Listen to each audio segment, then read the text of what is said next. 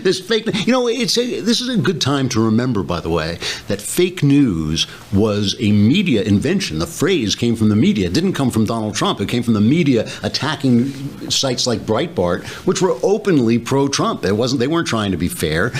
And it blew back in their face, just like this Russia scandal is blowing back in the face of the Democrats.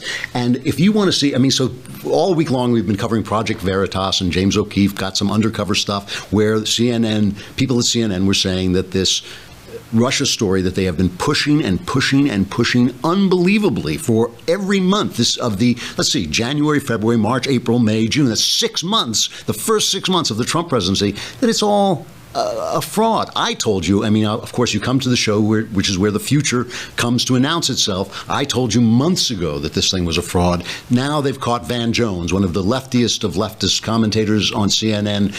Project Veritas caught him in this little clip. What do you think's going to happen this week? With the whole Russia thing. The Russia thing is just a big nothing burger. Really? That's just a nothing burger.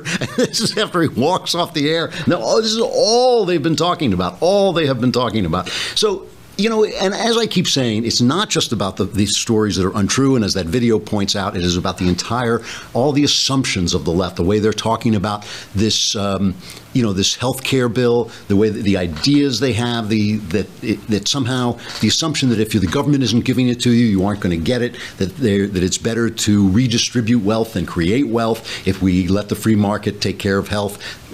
Its prices would drop just like the prices of television drops. The day that leftists declare that television is a right, the price of TVs will never drop. And if you think this isn't getting to the people on CNN, I got to play this one clip because it's just hilarious. This is Chris Cuomo, the dopiest man on TV except for Don Lemon, who is the dopiest man on TV except for Chris Cuomo.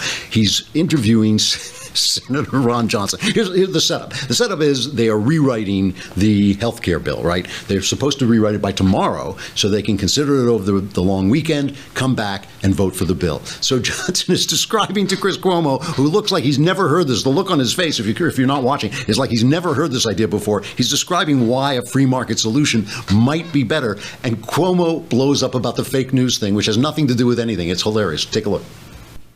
Get rid of all the market reforms, give Americans the freedom and insurance companies to design products that people can afford that suit their needs, and we won't be spending so much money on subsidies, and people will have, in terms of net effect, in terms of premiums, they won't be harmed. But two things on that. We need information, and the debate on this thing has been completely distorted using incorrect information. Well, two things about that. Well, first of all, one thing.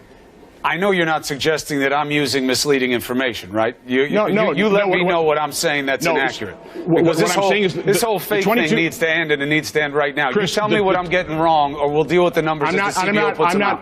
I'm not accusing you. I'm talking about the fact people don't understand the 22 million and that it was a wrong baseline. And then the way the premiums are reported, you have to really understand the way economists take a look at this and what's really happening. No, I love it.